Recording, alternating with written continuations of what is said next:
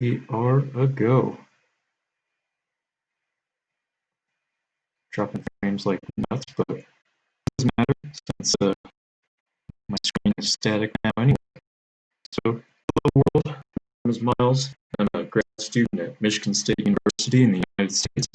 In my quest to become the world's biggest biology nerd, I guess, I like to try to learn the latest scientific discoveries by looking at the pretty pictures published in top scientific journals. The papers and pictures I look at, I've never seen before, and if anyone joins my streams, they're welcome to drop any questions or comments or paper suggestions in the chat, and I'd be happy to check those out. Please take a moment to subscribe to my Twitch or YouTube channels at Miles Does Science. It's free, and you can always unsubscribe later if you wish. If you ever miss a stream, all of my streams get posted onto YouTube, so they'll always be up there for posterity purposes. Now, I like to start my episodes by talking a little bit about an important topic, some people might say, which is climate change.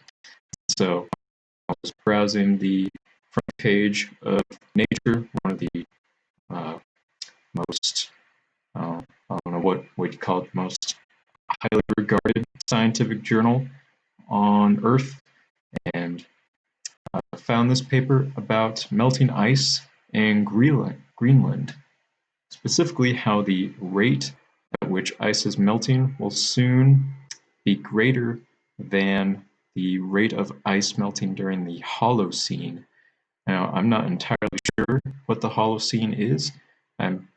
Obviously some kind of geological period in time.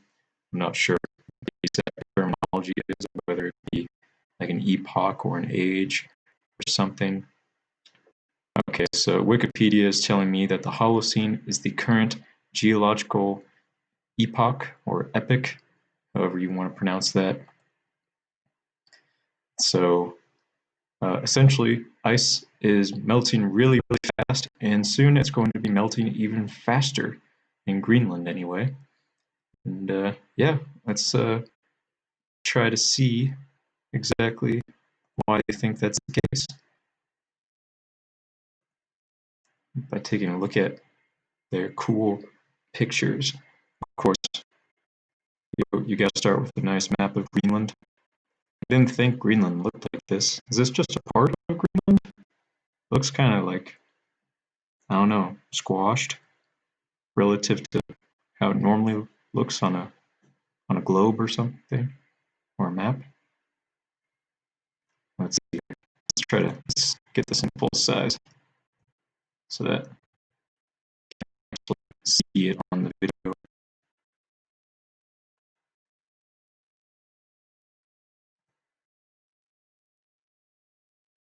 There we go. It's a little better. So, see, we have Greenland divided up into different domains here. NO stands for north, NE is northeast, and W northwest, CW central west, southwest, southeast, and then looks like we have coast of Greenland here in the second panel with these different colored borders, which I think correspond to different periods of time where the ice sheet of Greenland used to reach out. So yeah, I think that's what it's referring to over here. You have these different like ice sheet names perhaps, and you can see it receding over Greenland over time, with blue being the oldest ice sheet border and red being the latest ice sheet border. Still, it's only like 7.3 thousand years ago. Interesting. So I guess this is trying to show like some kind of baseline level of ice sheet loss during the Holocene, which, man, that's quite a lot, even for 7,000 years ago. Or see, this is just a period of like what, 4,000 years, just a little over 4,000 years probably. And ice was really melting quite a lot. Or sorry, yeah, just over that 4,000 year period. It wasn't 4,000 years ago. Let's see here. Found out about this because of this news article here talking about this exact paper. Seems to look. All right, some good old-fashioned line graphs.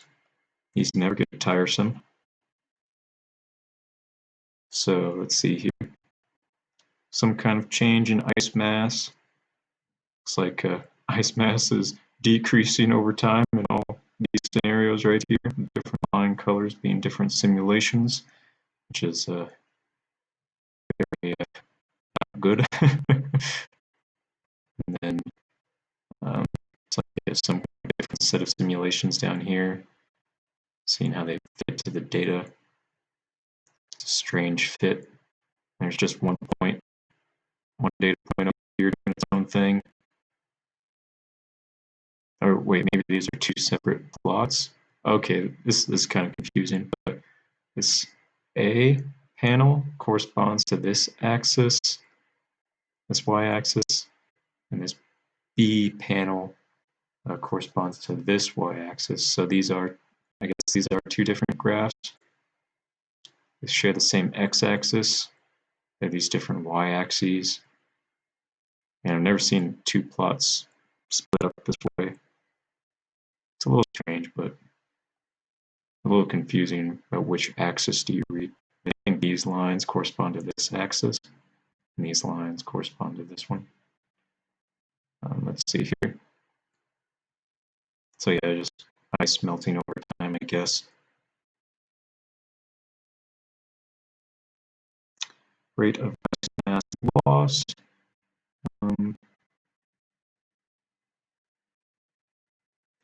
To the 3 GT per century. So see a kind of steady rate of ice mass loss over time back here. Some minor fluctuations, then a large drop, sudden, then a lot greater fluctuations really. These different asterisk points.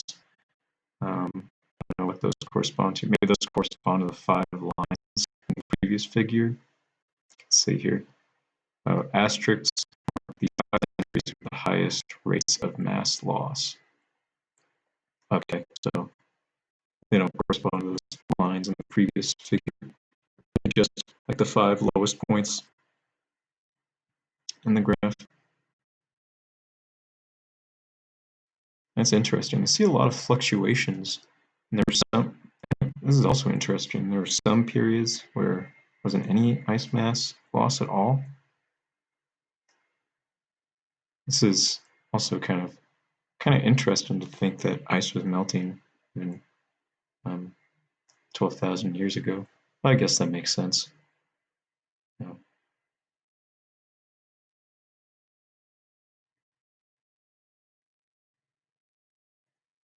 I'm not sure why that makes sense though. I'm obviously not too well versed in climate science.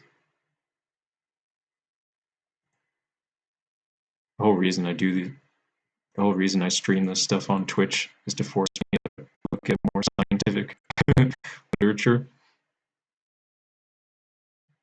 because I really get out of doing it. It's school after all.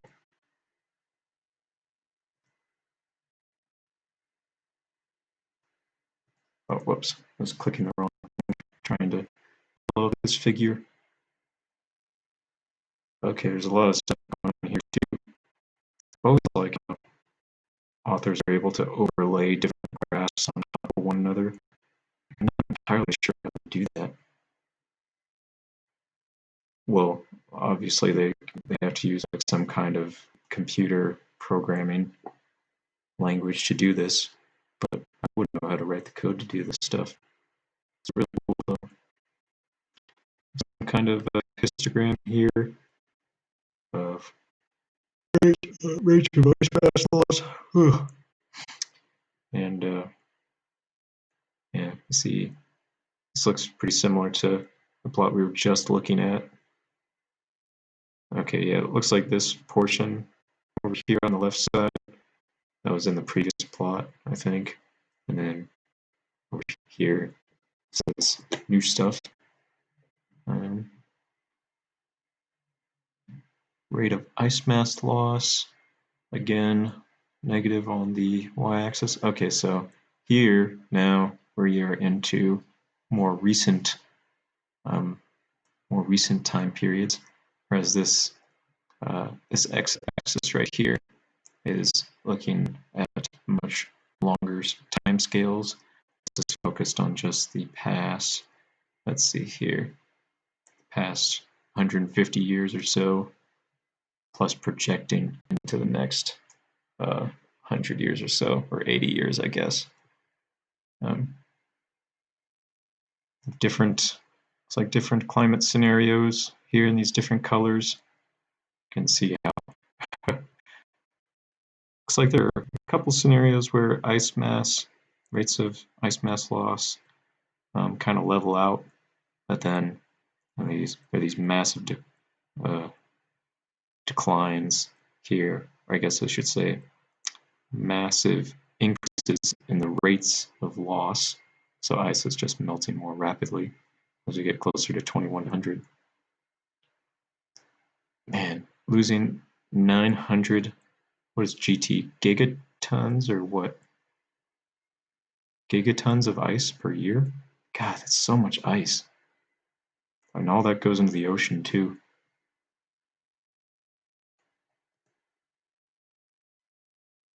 I'm not quite sure what these few different points on the right side represent.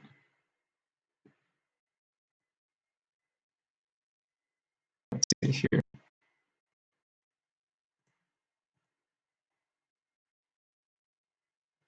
Let's see, only one more figure here, and then we'll go on to a different paper.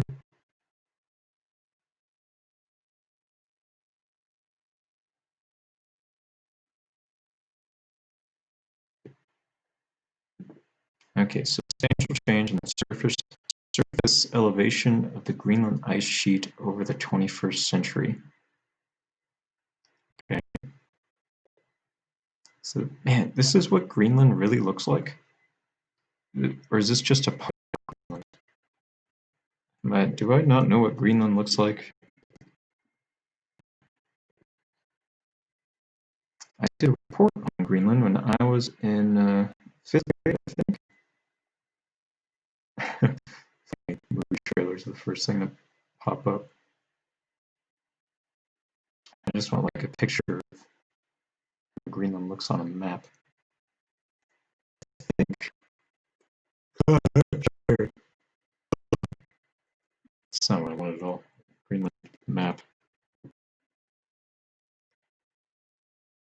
I think this represents just a piece of Greenland, like the west coast, I guess.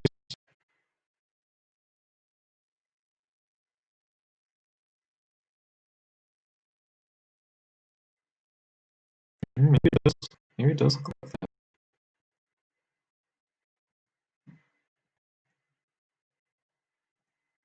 I think it's just a piece. Anyway, we have let's see. We have some different. Essentially, we have just a bunch of pictures of Greenland ice sheet at different points in time. Here, going back to about 10,000 years, and here into the future. The different colors are how the surface elevation of the land changes in meters per century at this time anyway, or at each section of time.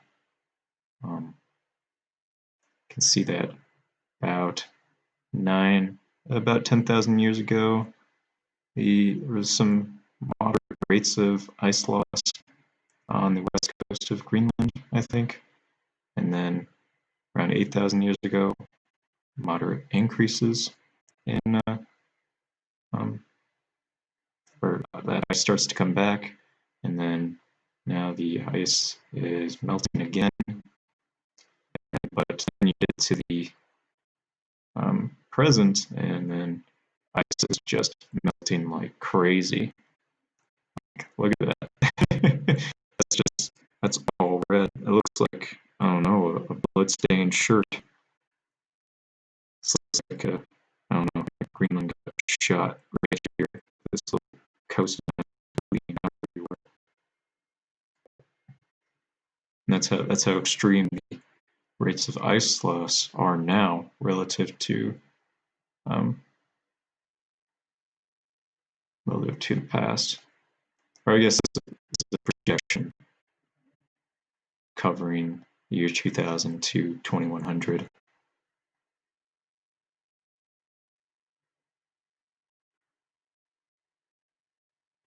Let's see here. Then we have rate of ice mass loss from the entire Greenland ice sheet. Lots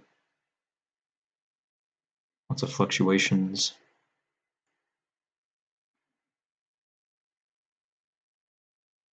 But generally, the more ice, the rate of ice loss is increasing over time, and this is in the current period of time. And that's essentially just what this shows as well. Rate of ice mass loss. Okay. So the ice is melting. It's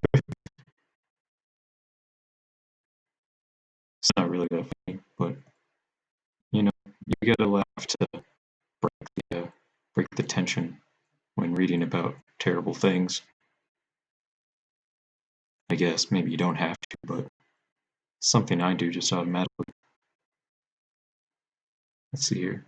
It's curious what your conclusions are. Well, I think I'm ready to on to the next paper. This was pretty cool, though. I don't know any of these people, but yeah. Let's switch over to a more cheery topic. Why don't we? Coronavirus.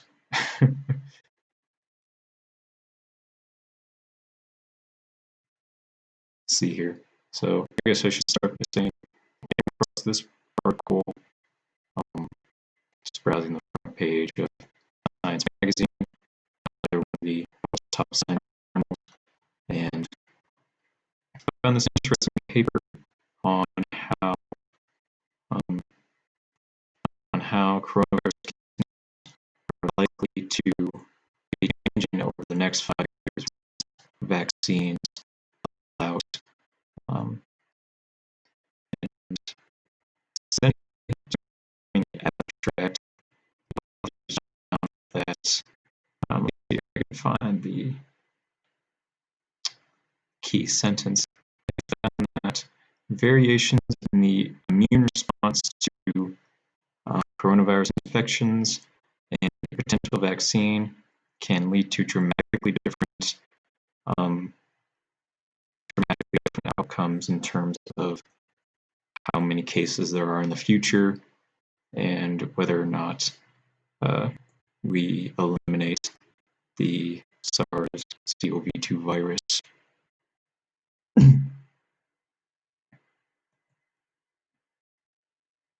Which is a little scary to know that the future is very uncertain. That's something we have to deal with quite a lot now. But, okay. Let's try to dive in here and see what's going on.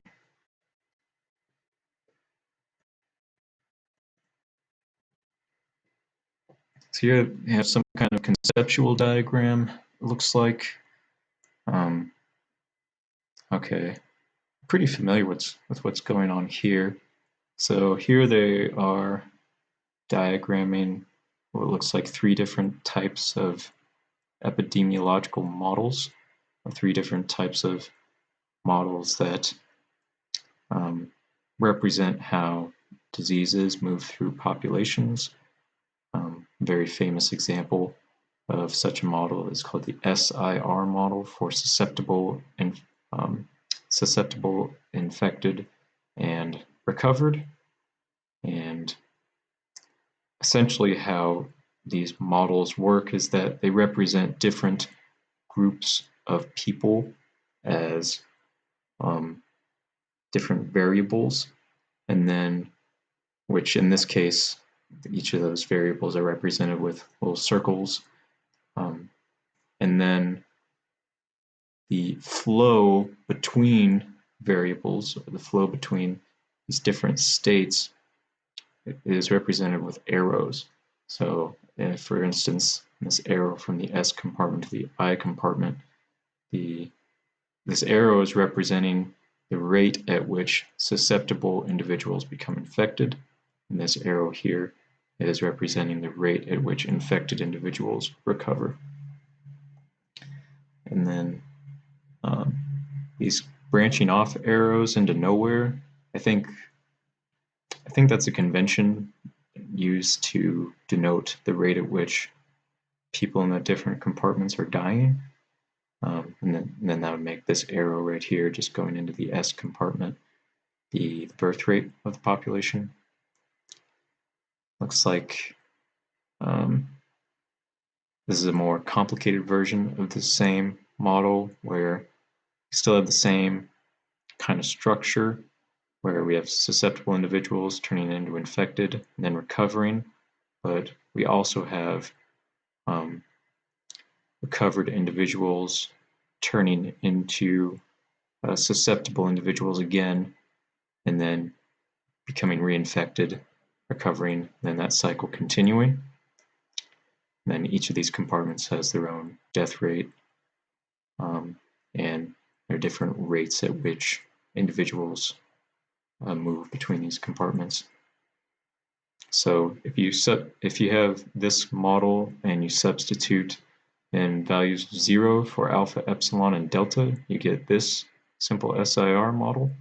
But if you instead use values of 1 for alpha and epsilon and have a delta of greater than 0, then you can have this kind of slightly simpler model, the SIR-S model, where very similar to the SIR model, but now recovered individuals can become susceptible again and be reinfected. So I think the current state of coronavirus research, it's not that well known whether or not individuals who recover from a SARS-CoV-2 infection can be infected again. I think there are documented cases of that happening, at least 1 or 2 to my knowledge, but it's not known how common a serious reinfection is. So it's a very important thing for us to know, but of course we don't know it right now. So these authors were, I imagine, dead. They're looking at variation in how immunity develops to SARS-CoV-2 and how that will affect future cases many years down the road. So looks like, okay, so we have 3 different panels here. The authors ran some simulations.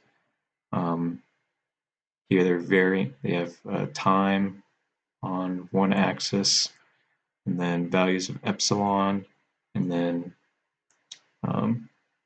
fraction of total population on the y-axis. Essentially just the number of people infected. I'm not sure what does epsilon stand for? Okay, epsilon stands for relative susceptibility. So if we go back to this figure, if the little cat will get out of the way. No, that made it worse. Let's try this again. I'm not doing for time. Doing all right.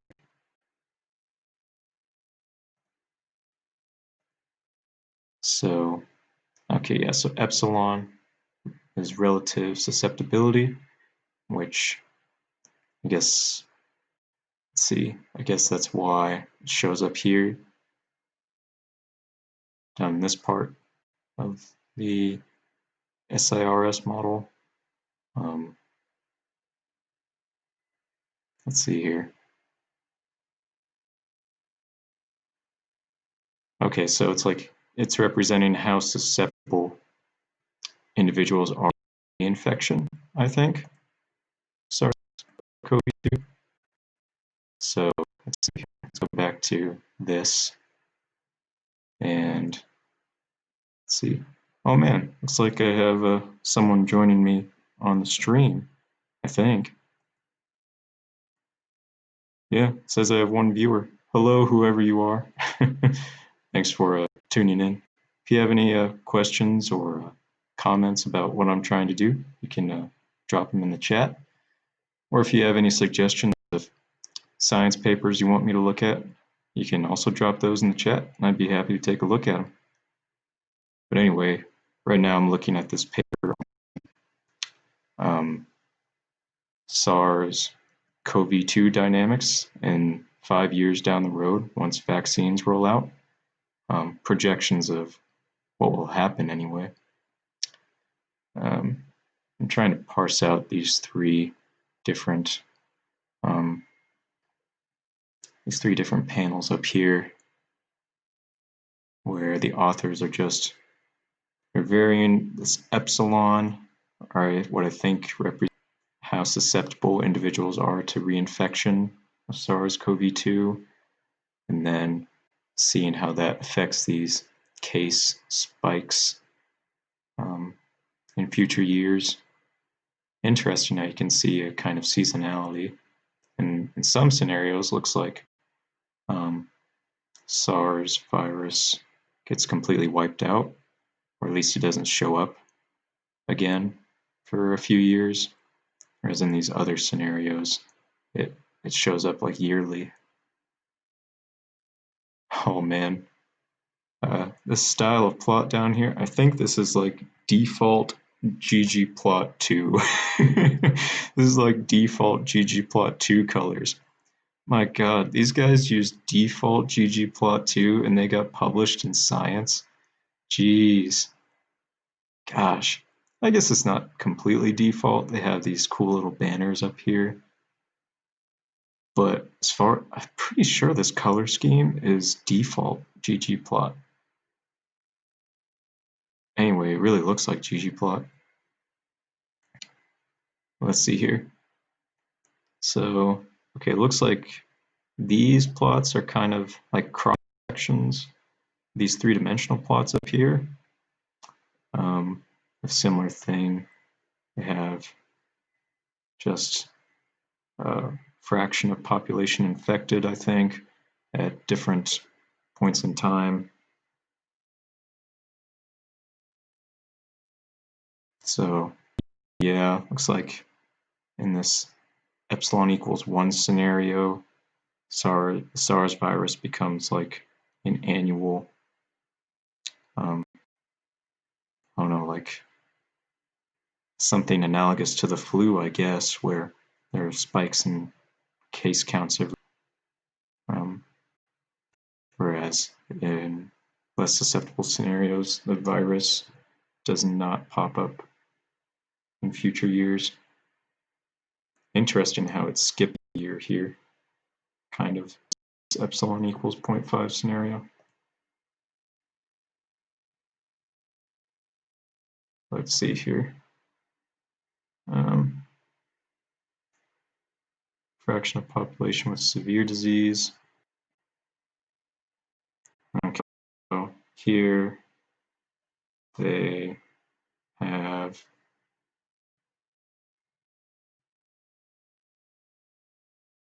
Okay, I need to back up for a sec. Try to figure this out. How many figures are there? Only 3. Oh my god, there's 5. And I'll be here all day at this rate.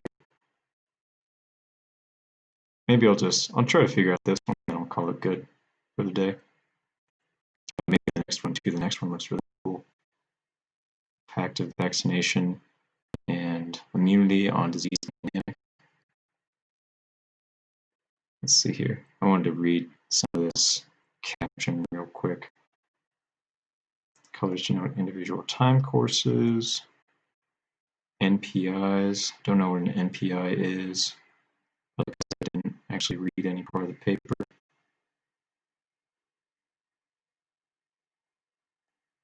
Let's see here. What do they define NPI? Couldn't really figure that out. Just looking at the figure.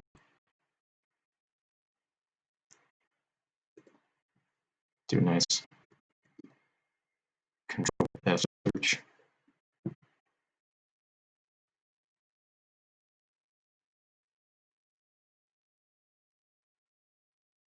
Okay, non-pharmaceutical interventions. Not what I expected it to be, but given the goals of the paper. Let's go back to this. And so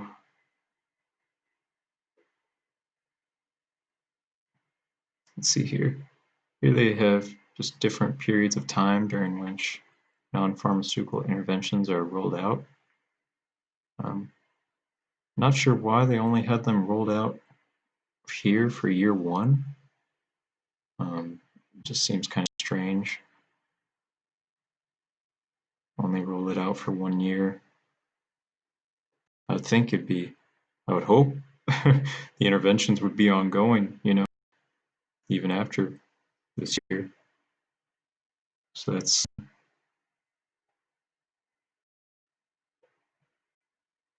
here they look at full versus partial infection rates, I think, and then primary versus secondary infections.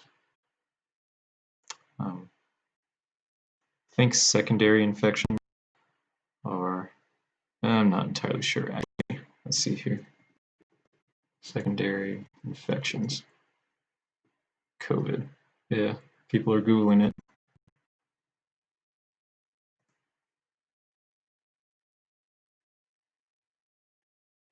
I'll try to understand this paper and then I think I'll take a break.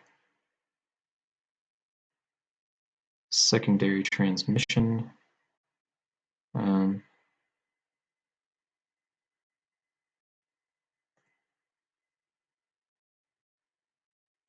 Secondary transmission that occurs when, I think that occurs when when a person has direct contact with someone who's known to be infected with SARS-CoV-2. I'm not sure how that's different from primary infection.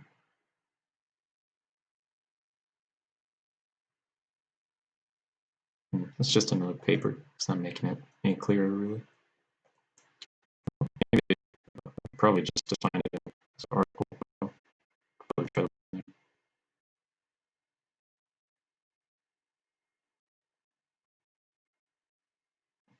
Let's see here. Primary.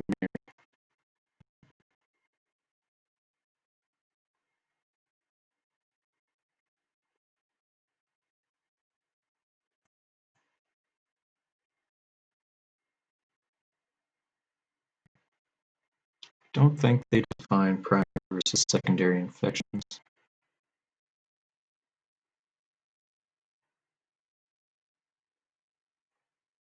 That kind of sucks. You gotta define your terms. Science 101, man.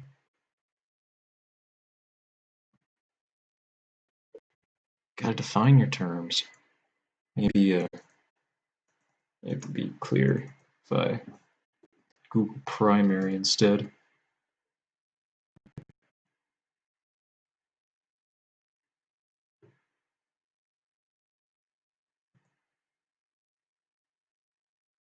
How about you in chat? I think there's one guy watching me. If you know what primary versus secondary infections are, feel free to feel free to drop it in the chat.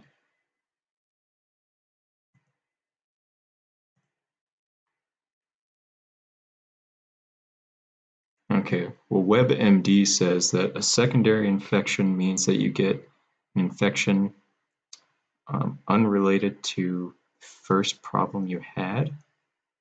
Okay, so a secondary infection is a complication. It's not like it doesn't represent the actual infection with the coronavirus.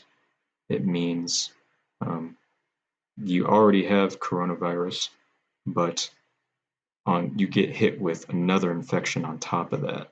That's a secondary infection. Okay, that makes sense. So I wonder what kinds of infections typically come with coronavirus.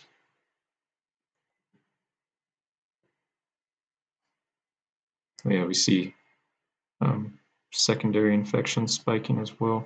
I have an interesting trend here where initially it's the primary infections that are really racking the population, but over time those swap out for secondary infections, which is really interesting, actually.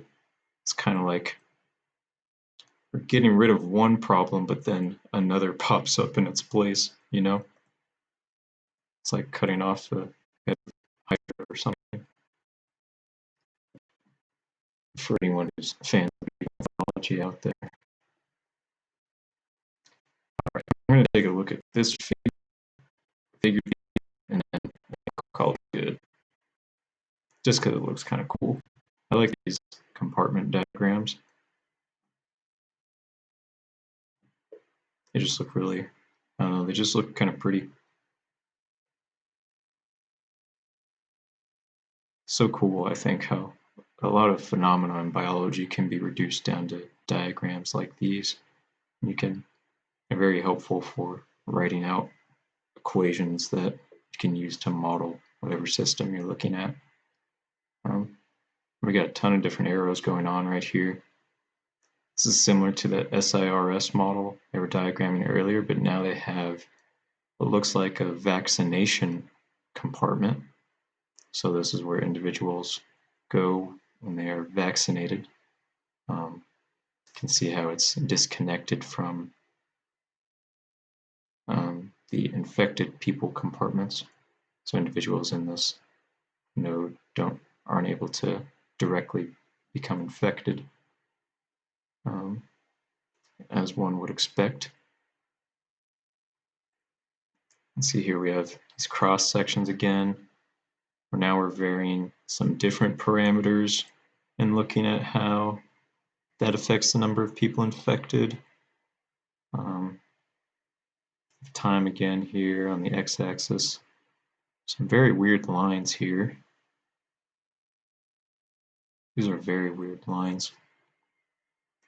It almost looks like they screwed up with their calculations, you know? Like these graphs look really funky. At least this one does, I think. They have these super straight lines and no, not much is going on.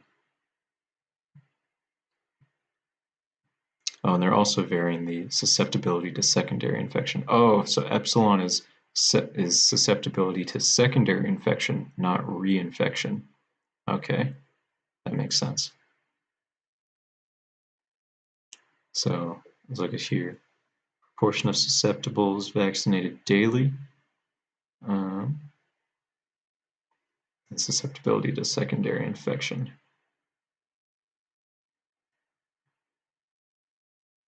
So this seems kind of, I don't know, is this misleading? Here they have as the susceptibility to secondary infection increases, so does the proportion of individuals vaccinated every day.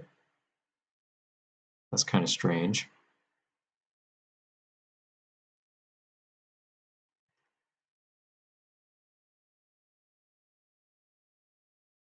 I guess that's kind of showing what the previous figure showed, I guess, where more people that are vaccinated, the more likely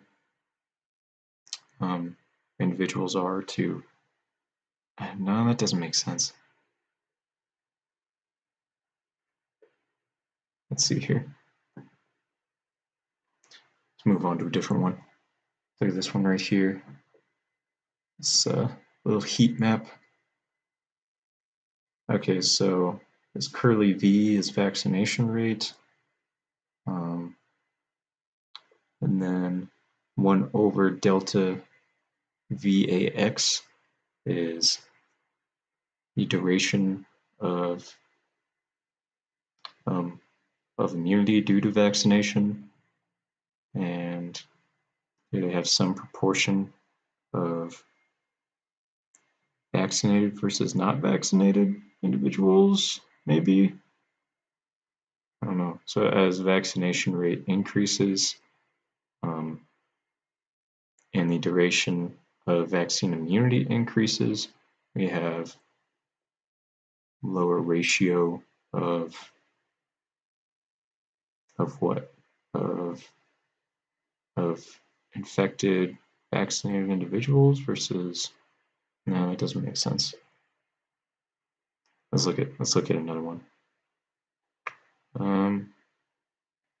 Okay, and so here we have time again, and then some different vaccination rates. You can see how increasing the vaccination rate prevents spikes of both primary and secondary infections in the future. That's interesting.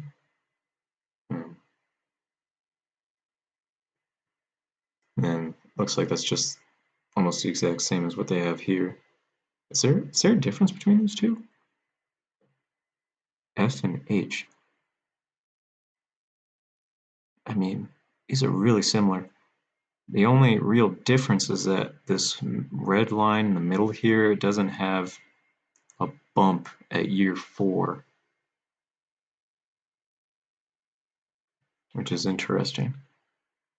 Other than that, they're like identical. What's the difference between the F and the H?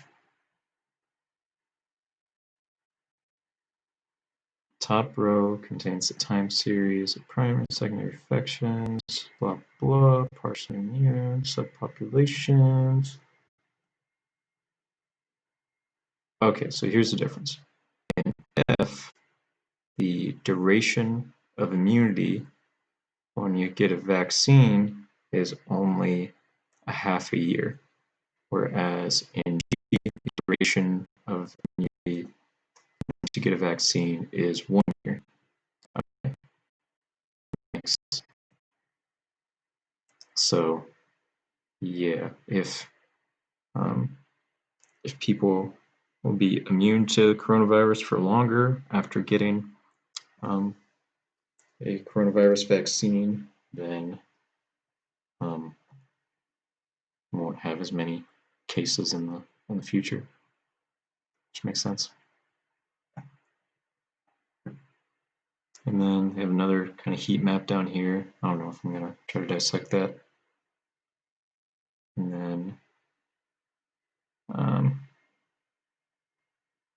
they have different kinds of immune individuals, naturally immune versus partially immune, which is interesting.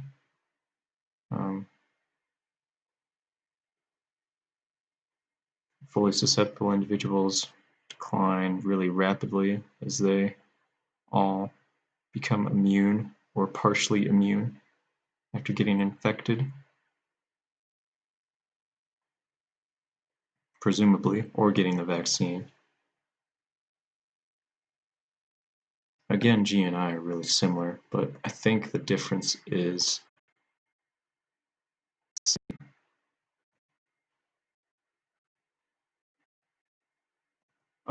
In F and G, the duration of vaccine immunity is a half a year, whereas in H and I, the duration of vaccine immunity is 1 year. Okay.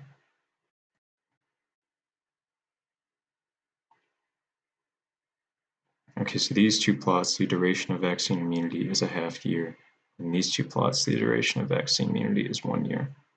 Okay. So I don't really see a difference between these two graphs, though. Like, they look really identical to me. I guess in this case, I think there are slightly more fully susceptible individuals in this scenario, perhaps. Kind of hard to say. And they're really similar. They look really similar. Varying the length of the immunity didn't seem to do a whole lot to the shape of these graphs. Interesting how these graphs have like a step. They start with this stepwise decline almost, and then it's much more gradual.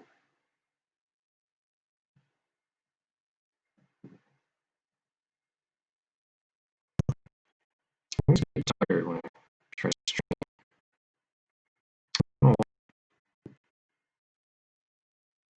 I mean, I read papers all day, and I don't normally get tired for whatever reason. When I turn on Twitch, I get real tired. Guess that's just like Twitch sucking the lifeblood out of me.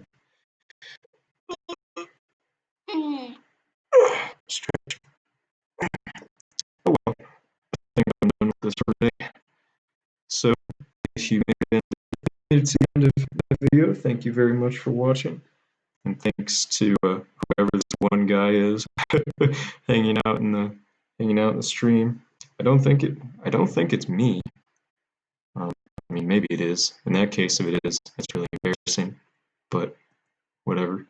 Thank you very much for watching this video, and have a good rest of your day.